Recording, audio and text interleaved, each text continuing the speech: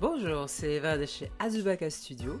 Aujourd'hui, nous allons aborder le chapitre numéro 2 du storytelling. Rappelez-vous, dans le chapitre 1, nous avions abordé la définition du storytelling et son origine, dans quel domaine il évolue notamment aujourd'hui, et on avait rapidement parlé de Robert McKee, qui est le spécialiste vraiment du storytelling, de comment écrire des histoires qui impactent, qui attirent votre audience et qui captent leur attention durablement. Si vous voulez voir le chapitre 1, allez dans ma playlist Storytelling sur ma chaîne YouTube. Aujourd'hui, nous allons parler de l'importance du storytelling dans les vidéos courtes comme longues, donc ça intéressera les créateurs de contenu, et on va revenir sur quelques concepts majeurs qu'a développé Robert McKee sur les personnages, le conflit, l'idée générale, le thème, etc. C'est parti!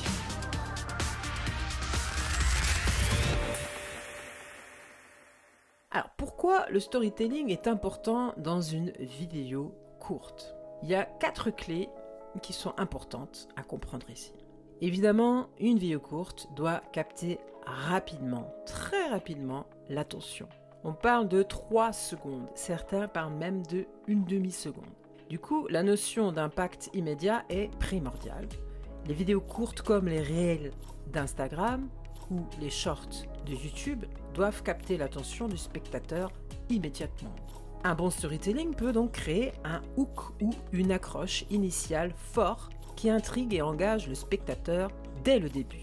Avec un temps limité, un bon storytelling aide donc à transmettre un message clair et concis en mettant l'accent sur les points les plus importants et en éliminant surtout le superflu. Il fallait directement au but. Clé numéro 2, dans le format court, l'émotion et la connexion sont aussi très importantes, essentielles même. Même dans un format court, donc, une histoire bien construite peut susciter des émotions, que ce soit la joie, l'humour, la surprise, la colère, etc. Cela rend la vidéo mémorable et renforce son impact. C'est le pouvoir de l'émotion. La connexion se fait à travers la personnalisation du message, le plus souvent, et le storytelling permet ici de donner un contexte personnel ou narratif, même bref, qui aide le spectateur à se sentir connecté en s'identifiant au message, à la marque ou à l'influenceur. Donc pour les influenceurs, soyez vous-même, parce que c'est ça qui va vous permettre d'interagir le mieux avec vos spectateurs. Ils vont aimer votre personnalité. C'est un atout. Clé numéro 3, l'importance de l'engagement et du partage du format court pour la viralité. L'enjeu ici est l'encouragement au partage. Plus votre vidéo est partagée, et plus elle sera regardée, et ça l'algorithme de YouTube aime beaucoup. Or, une bonne histoire a plus de chances d'être partagée parce que les spectateurs sont plus enclins à partager une vidéo qui les aura touchés, amusés ou inspirés tout simplement. Sans oublier les interactions avec l'audience. Les vidéos qui racontent une histoire, qui les touchent ou les font rire, vont naturellement inciter les spectateurs à interagir avec elles, que ce soit par des commentaires, des likes ou autre forme de participation. Et donc là-dessus, laissez surtout les gens remixer vos vidéos. C'est ce qu'ils appellent le leverage en anglais. Si votre vidéo est remaniée, remixée, eh bien, elle va être vue encore plus souvent, partagée de façon virale. Clé numéro 4, le format court oblige en quelque sorte à une transmission efficace du message, on l'a vu dans le point numéro 1. Étant donné que le temps nous manque, il faudra aller vers la simplification des idées complexes. Le storytelling ici aide à décomposer des idées complexes en récits simples, accessibles et engageants imposés par le format court. Donc allez à l'essentiel encore une fois et restez simple et clair. Voyons maintenant pourquoi le storytelling est important dans une vidéo longue. Dans un format plus long, nous avons le temps de développer la structure narrative et ainsi d'enrichir le récit pour capter et garder l'attention. Et c'est un exercice autrement plus difficile puisqu'il va falloir garder l'attention sur la durée. C'est toute la force des techniques de storytelling traditionnelles qui sont essentielles pour maintenir l'intérêt du spectateur tout au long de l'histoire. Et on va parler d'1 heure à 2 heures. Vous avez remarqué probablement que les séries, les films sont de plus en plus longs. Une bonne structure narrative avec des arcs de tension et de résolution crée une sorte d'ondulation hypnotique qui va aider le spectateur à rester engagé. Avec le format long, vous avez tout le loisir de creuser vos personnages. Il existe justement une technique de storytelling qui leur est dédiée. Aux États-Unis, les scénaristes travaillent souvent en groupe pour permettre justement de décortiquer et de plonger plus avant dans le développement des personnages et des intrigues plus complexes, surtout lorsqu'il s'agit d'une série. Cette profondeur d'un persona ou personnage ou encore character offre au public la possibilité de s'attacher à ce personnage et de s'investir émotionnellement dans leur parcours. C'est pour ça que c'est si important d'avoir des personnages forts avec une personnalité que vous aurez bien développée. Ici aussi, l'identification aux autres, aux personnages, les fameux neurones miroirs entrent en ligne de compte. Alors, qu'est-ce que c'est que les neurones miroirs? Eh bien, nous en avons tous dans notre cerveau depuis tout bébé parce que justement, ces neurones vont nous permettre d'imiter, d'accord, de voir les autres en action, de voir nos parents, en l'occurrence, en action, et de copier leurs gestes, de copier les sons, les mots. C'est comme ça que nous allons apprendre et que nous allons faire travailler notre mémoire, inscrire en nous des gestes, des mots, des comportements. Et justement, en parlant de profondeur, nous tombons forcément dans plus de complexité narrative. Et pas seulement en ce qui concerne les personnages. L'exploration des thèmes est un véhicule narratif très puissant. Or, les vidéos longues permettent une exploration plus approfondie de n'importe quel thème et laissent la possibilité de faire passer plus de messages avec plus d'intensité, mais aussi d'insistance, par la répétition, qui est, soit dit en passant, un autre excellent moyen de mémorisation. En répétant, vous allez apprendre. Et donc, justement, les publicitaires vont utiliser cette notion de répétition, de réitération, pour inscrire en vous leur identité de marque. Par exemple, vous allez entendre 3 ou 4 premières notes d'une certaine musique, vous allez tout de suite dire « Ah, bah ça c'est Panzani, ah, bah ça c'est Coca-Cola ».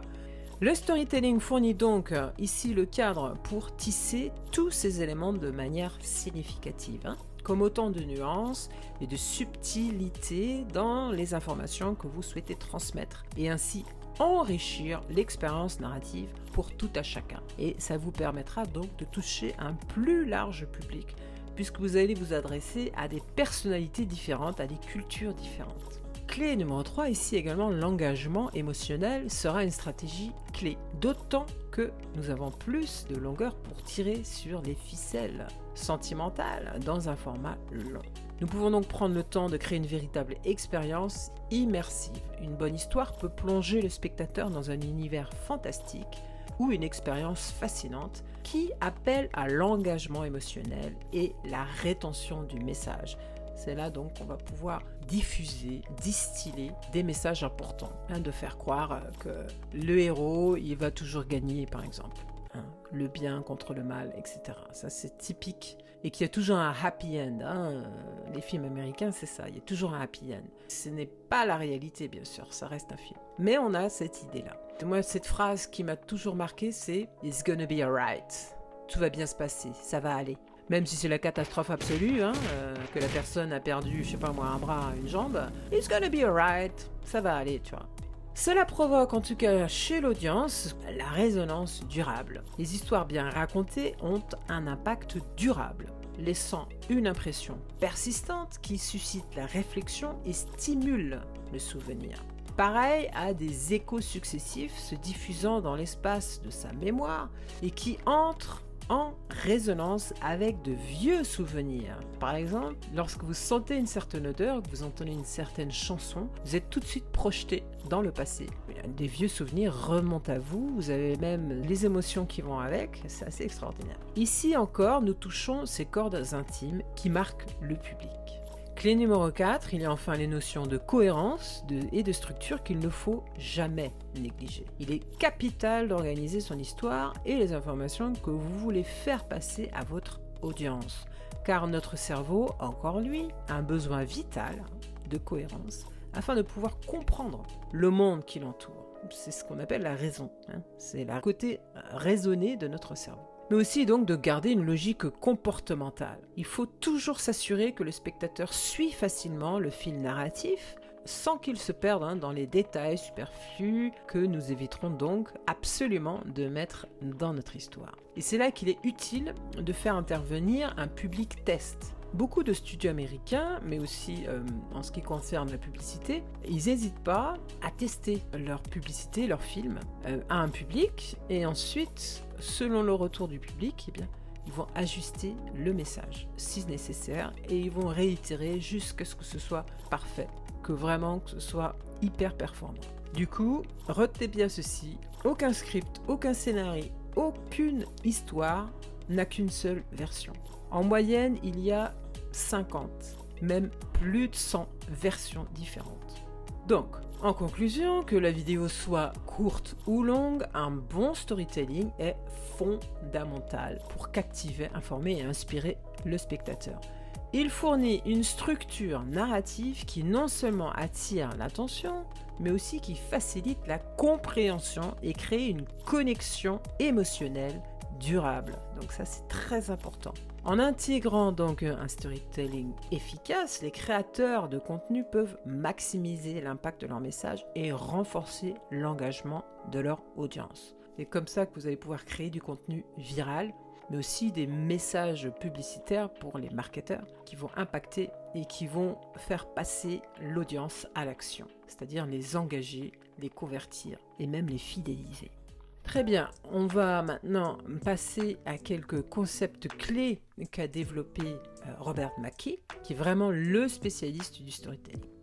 Je vais partager avec vous quelques idées générales que Robert McKee a développées et partagées dans ses enseignements sur l'écriture de scénarios notamment. Donc McKee a souvent souligné l'importance du conflit dans une histoire. Pour lui, le conflit est le moteur principal de toute histoire. Le conflit crée de la tension et maintient l'intérêt du public. Je vous parlais tout à l'heure de cette ondulation hypnotique, mais c'est ça, c'est les arcs narratifs qui se succèdent. Sans conflit, une histoire risque d'être ennuyeuse, parce qu'il ne se passe rien. Il existe donc différents types de conflits que l'écrivain va pouvoir utiliser. Il y a les conflits internes au sein même du personnage, donc qui vraiment vont dépendre de sa psychologie, d'où l'importance de développer vos personnages, et les conflits externes, qui sont contre la force de la nature, contre d'autres personnes, la société, etc. Et un scénario bien complexe va pouvoir jouer sur les deux. Et jouer subtilement sur les deux, ça peut rendre votre histoire très intéressante, lui donner une profondeur incroyable. Parce que le conflit doit progresser et s'intensifier au fil de l'histoire. Du coup, vous pouvez la faire durer. McKee, il parle souvent de complications progressives. Le conflit révèle la vraie nature des personnages, c'est-à-dire comment les personnages réagissent face à un problème, à une situation difficile. Un peu comme les héros modernes du quotidien, c'est-à-dire que si vous assistez à un accident, comment vous allez réagir? Est-ce que vous allez être pétrifié? Est-ce que vous allez porter secours? Ou est-ce que vous allez simplement vous enfuir? Et ça intrigue les gens. Parce qu'on aime savoir, regarder, on a ce côté, on a envie de savoir ce que vont faire les autres. C'est la curiosité là qu'on va stimuler. C'est sous pression donc que les personnages montrent qui ils sont réellement. La résolution du conflit principal marque généralement la fin de l'histoire. Un bon scénario équilibre souvent plusieurs niveaux de conflit. Et McKee souligne qu'un conflit ne signifie pas forcément de la violence. Ça peut être un conflit interne, des choix difficiles, des luttes intérieures, des luttes de la vie quotidienne, etc. Autre idée générale de Robert McKee, c'est qu'il a insisté sur la nécessité d'avoir une idée maîtresse qui va guider le récit. C'est le fil rouge, vous voyez ? En fait, de quoi voulez-vous parler? De quoi votre histoire parle-t-elle? Comment le résumer en quelques mots? Quel est l'objectif de votre histoire? Pourquoi vous voulez la raconter? L'idée maîtresse, ou controlling idea, comme l'appelle McKee, est le message central ou le thème principal de l'histoire. Voilà, alors, on va voir un petit peu comment il le conçoit. Pour lui, l'idée générale, l'idée maîtresse, est la morale de l'histoire, qui peut être exprimée en une seule phrase concise. Elle combine la valeur finale de l'histoire, ce qui va changer à la fin. Vous avez l'état de départ et le résultat de la fin. Et la cause de ce changement, c'est-à-dire qu'est-ce qui s'est passé, quels sont les conflits, les épreuves qu'a traversé votre héros pour en arriver à la fin. Elle donne donc un sens et une direction à tous les éléments de l'histoire. Et elle ne doit pas être didactique ou trop évidente, mais plutôt se révéler à travers les actions et les choix du personnage au fur et à mesure de votre histoire. Et c'est ce qui va vraiment créer un bon storytelling qui va durablement captiver l'attention sur toute la longueur de l'histoire. Du coup, une bonne idée maîtresse est souvent complexe et peut être interprétée de différentes manières. C'est même intéressant d'écrire la même histoire justement en interprétant ce thème général de façon différente. Elle doit être suffisamment riche pour soutenir l'intérêt tout au long de l'histoire. Et du coup, pour Robert McKee, en fait, cette idée maîtresse ne doit pas être artificiellement créée, elle doit vraiment sortir, émerger naturellement des événements et des personnages.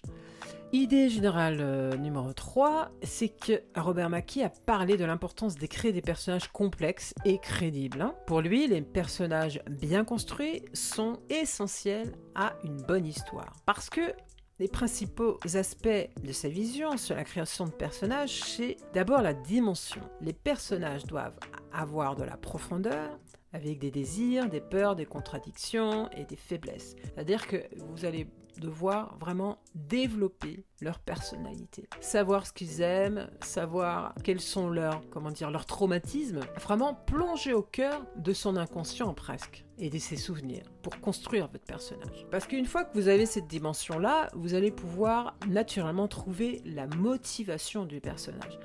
Chaque personnage doit avoir un objectif, un désir profond qui soit clair et compréhensible, même les personnages antagonistes. Parce que, encore une fois, il faut répondre à la cohérence pour que les gens puissent comprendre et suivre et s'attacher aux personnages parce qu'ils vont s'identifier ou du moins ils vont les reconnaître. Du coup, il y a ce qu'on appelle l'arc de transformation. Les personnages principaux doivent évoluer au cours de l'histoire. Comme dans la vraie vie, on évolue tout le temps. Souvent, donc, c'est en surmontant leurs faiblesses et en changeant leur vision du monde.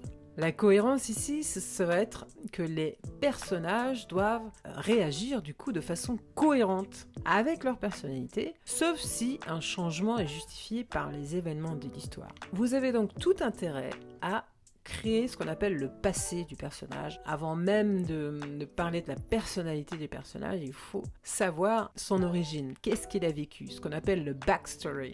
Si son passé est bien développé, eh bien, vous allez pouvoir enrichir votre personnage, même si tous les détails n'apparaissent pas explicitement dans l'histoire. Mais vous savez que votre personnage a vécu ça et que du coup, eh bien, son passé motive ses actions présentes et futures. Il y a également cette notion de conflit interne. Les personnages complexes ont souvent des désirs contradictoires ou des dilemmes moraux à résoudre. Tout comme nous, tout à chacun, on a nous-mêmes nos propres contradictions.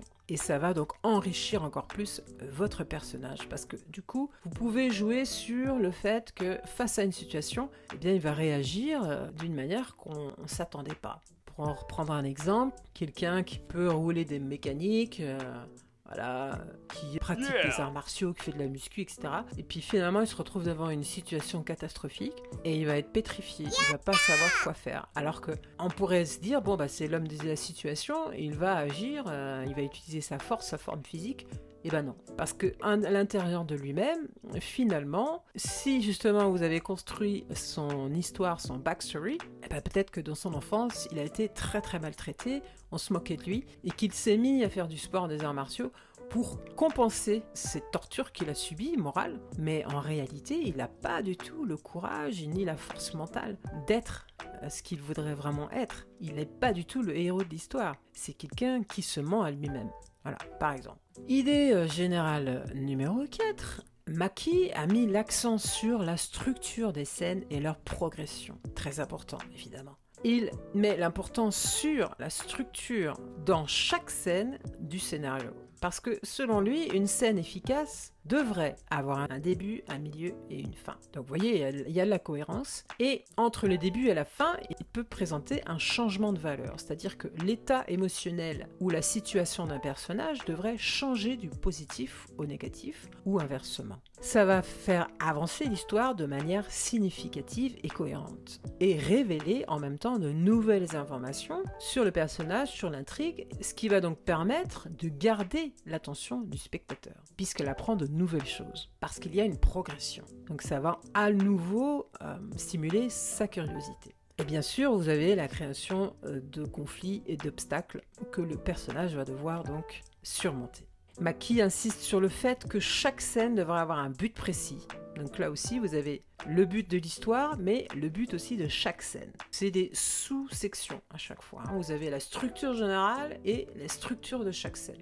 Et donc, chaque scène ne devrait pas simplement être une description ou une exposition, mais il doit avoir une véritable progression avec une tension croissante et une résolution qui va pouvoir maintenir l'engagement du public. Idée générale numéro 5, c'est que Mackie a discuté l'importance du sous-texte dans les dialogues. Alors qu'est-ce que c'est que ça? Le sous-texte est ce qui n'a pas été dit, ce qui n'est pas dit explicitement dans un dialogue, mais qui est implicitement compris. Donc c'est assez subtil. Il souligne l'importance pour plusieurs raisons, parce que en fait, ça ajoute de la profondeur, encore une fois, aux personnages en révélant leurs véritables pensées et sentiments. C'est ce que nous, on va faire dans la vie quotidienne, c'est-à-dire qu'on va, ce qu'on appelle le mensonge par omission, où on va mentir pour pas faire mal à l'autre, etc. Et ça crée une tension dramatique en montrant le décalage entre ce que les personnages disent et ce qu'ils pensent réellement. Du coup, ça engage le public, qui va encore se reconnaître dans ces personnages, en les invitant à lire entre les lignes et à interpréter ce qui se passe vraiment. Et en plus, ça donne une autre dimension où vous allez pouvoir stimuler vraiment l'imaginaire de votre audience qui va pouvoir imaginer une suite. Et vous verrez qu'entre deux spectateurs, eh bien, ça ne sera pas du tout la même suite.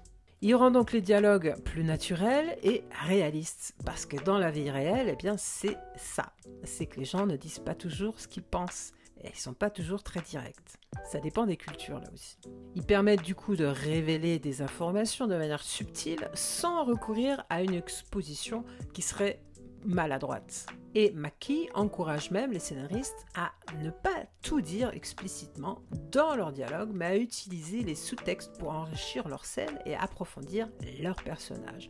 L'idée générale numéro 6, c'est que Mackie est souvent mentionné que les bonnes histoires naissent de la réécriture. Il insiste justement beaucoup sur le fait qu'une bonne écriture vient de la réécriture. Mackie dit que le premier jet est vraiment une exploration où il encourage les écrivains à ne pas trop se censurer à ce stade. Il y a ensuite l'analyse critique. Après le premier jet, il va falloir prendre un peu de recul et analyser objectivement ce qui fonctionne et ce qui ne fonctionne pas. Vient ensuite la période de la structuration où la réécriture permet d'affiner la structure de l'histoire, de renforcer les liens entre les scènes et d'améliorer le rythme, cette ondulation de succession d'arcs narratifs. Vous avez ensuite bien sûr l'approfondissement où c'est une occasion de travailler plus les personnages, de renforcer encore les thèmes et d'enrichir justement le sous-texte qu'on vient d'aborder. Les dialogues sont très importants et vous allez pouvoir réécrire encore et encore et affiner les dialogues pour les rendre le plus naturels et les plus percutants possible. Je vous invite vraiment à déclamer vos dialogues, c'est-à-dire même à trouver un partenaire pour jouer comme au théâtre les dialogues. Rendez-les vivants pour voir ce que ça donne. Est-ce que c'est naturel ou est-ce que c'est artificiel ? Il y a aussi la notion de simplification, parce que souvent le premier jet, et quand on travaille trop sur un texte, eh bien, vous allez chercher à le compliquer. En tout cas, ça c'est mon cas par exemple. Donc il va falloir vraiment prendre du recul, une semaine, c'est pas mal, pour revenir vers l'histoire et voir si vous pouvez la simplifier, si c'est pas trop complexe. Parce qu'il faut encore une fois que le spectateur comprenne. Donc gardez les choses simples. Vous avez aussi bien sûr le processus itératif, c'est-à-dire une continuation de l'amélioration de votre texte. Et c'est pas une simple correction qui serait unique. Au contraire, vous allez pouvoir affiner, retravailler, réarranger, adapter, etc. Du coup, Robert McKee encourage vraiment les écrivains à ne pas avoir peur de la réécriture en profondeur, même si cela signifie parfois repenser des aspects fondamentaux de l'histoire. Il considère que c'est à travers ce processus que les bonnes histoires deviendront excellentes. Prenez du recul, c'est très très important. Un peu comme un sportif, s'il veut progresser, le plus important dans les entraînements d'un sportif, c'est la période de repos. Là, c'est pareil. Vous avez besoin de prendre du recul, vous avez besoin de sortir de votre histoire, qui peut vous happer émotionnellement aussi, parce qu'en plus, vous vous investissez, donc il y a forcément une attache émotionnelle forte à votre histoire. Donc prenez du recul et revenez-y beaucoup plus tard. Une semaine, ça me paraît un minimum. On va parler maintenant de l'avant-dernière idée générale de McKee, c'est qu'il y a une très grande importance au fait de surprendre et de satisfaire à la fois le public et ses attentes. Une bonne histoire doit absolument trouver un équilibre délicat entre la familiarité, donc ce que les spectateurs connaissent, et la nouveauté qui va justement capter et stimuler leur curiosité ainsi que leur imaginaire d'ailleurs. Les attentes du genre, c'est que chaque genre va combler certaines attentes du public. Par exemple, le splatter film, les films d'horreur, les films d'action, on sait déjà à quoi s'attendre. Il est donc important de comprendre et de répondre d'une certaine manière à un thème du genre que vous aurez choisi. Donc utilisez les codes du genre. Un film d'horreur a des codes. Il y a aussi la subversion des clichés. McKee encourage à prendre des sujets familiers et à les présenter de manière nouvelle ou inattendue. Du coup, vous allez complètement surprendre votre public. Il y a également les twists narratifs, qui sont des rebondissements bien placés, qui peuvent donc aussi surprendre le public, mais qui doivent rester logiques dans le contexte de l'histoire. Donc on ne fait pas n'importe quoi non plus. Il faudra toujours aboutir à une résolution satisfaisante, parce que même si vous avez un dénouement qui peut être surprenant, il faudra rester dans une certaine logique qui va pouvoir offrir une résolution qui serait satisfaisante pour votre public. Vous avez évidemment la tension dramatique. C'est l'art subtil de maintenir l'équilibre entre ce que le public peut anticiper et ce qui va le surprendre pour créer une tension qui le garde toujours engagé. Vous avez également l'innovation dans la familiarité qu'on a déjà un petit peu abordé, où il suggère de trouver de nouvelles façons pour raconter des histoires qui soient des archétypes. L'archétype du héros, voilà. On peut faire un héros un peu original. Avec toutes ces techniques narratives, l'objectif est de créer une expérience qui soit à la fois familière et fraîche, permettant au public de se sentir à la fois confortable et stimulé. L'idée générale finale ici, c'est la numéro 8, c'est l'équilibre entre l'intrigue, les personnages et le thème. McKee insiste vraiment sur l'importance de maintenir un équilibre harmonieux entre ces trois éléments fondamentaux du récit. Il y a d'abord l'intrigue, la séquence d'événements qui compose l'histoire. Elle doit être engageante et bien structurée. Les personnages, ce sont les protagonistes qui vivent l'histoire et qui doivent être complexes et crédibles. Le thème, lui, ce sont des idées et des messages sous-jacents à l'histoire. Ils doivent être riches et pertinents à la fois.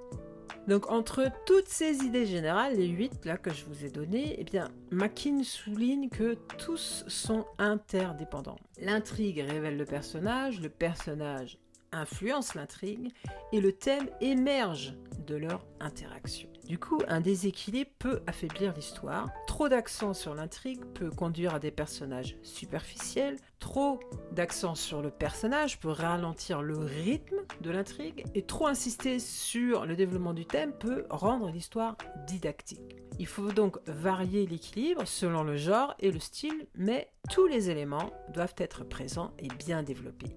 L'intégration harmonieuse de ces éléments crée une histoire cohérente et puissante. Le thème devrait émerger naturellement de l'intrigue et des personnages, plutôt que d'être imposé artificiellement. Donc, McKee vraiment insiste sur le fait de travailler le thème, les personnages et l'intrigue, en les structurant, en les approfondissant et en créant une interaction cohérente entre ces trois éléments.